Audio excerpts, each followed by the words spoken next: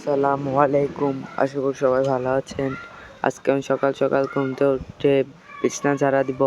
আর অনেক দিন ধরে আমার পড়ার টেবিলটা মোছা হয় না। আমার পড়ার টেবিলটা ময়লা হয়েছে আর আমার রুমে মাকড়সাও হয়েছে। তার জন্য ভাবলাম আজকে মাকড়সা ভেঙে নেব আর পড়ার টেবিলটা মোছা দিয়ে সব কিছু গুছিয়ে রাখবো।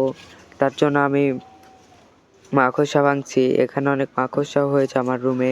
আর আমি তোশকের উপরে চাদর বালিশের কভার সব উঠিয়ে নিলাম। আর এই যে ফুলের উপরে অনেক ময়লা হয়েছে এগুলো পরিষ্কার করে নিলাম। আর আমার জানলাগুলোও পরিষ্কার করতে হবে। আমি জানলা পরিষ্কার করে নিচ্ছি। এগুলোতে অনেক ধুলা হয়েছে। আর এখন আমার জানলা পরিষ্কার করা হয়ে গেছে। এখন আমি ফ্যানটা পরিষ্কার করে নিচ্ছি। আর জানলার এই জানালা অনেক ময়লা হয়েছে, এগুলো আমি পরিষ্কার করে নিচ্ছি। আর আমার এই পড়ার টেবিলে যা কিছু আছে সব নামিয়ে নিচ্ছি।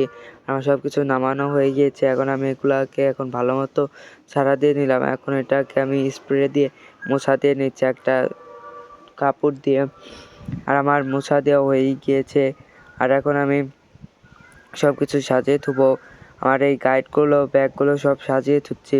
আর আমার এগুলো সাজানো হয়ে গিয়েছে। এখন আমি বিছনার চাদরটা এখন বিছিয়ে নেব। আর আমি বিছনার চাদরটা এখন বিছিয়ে নিচ্ছি।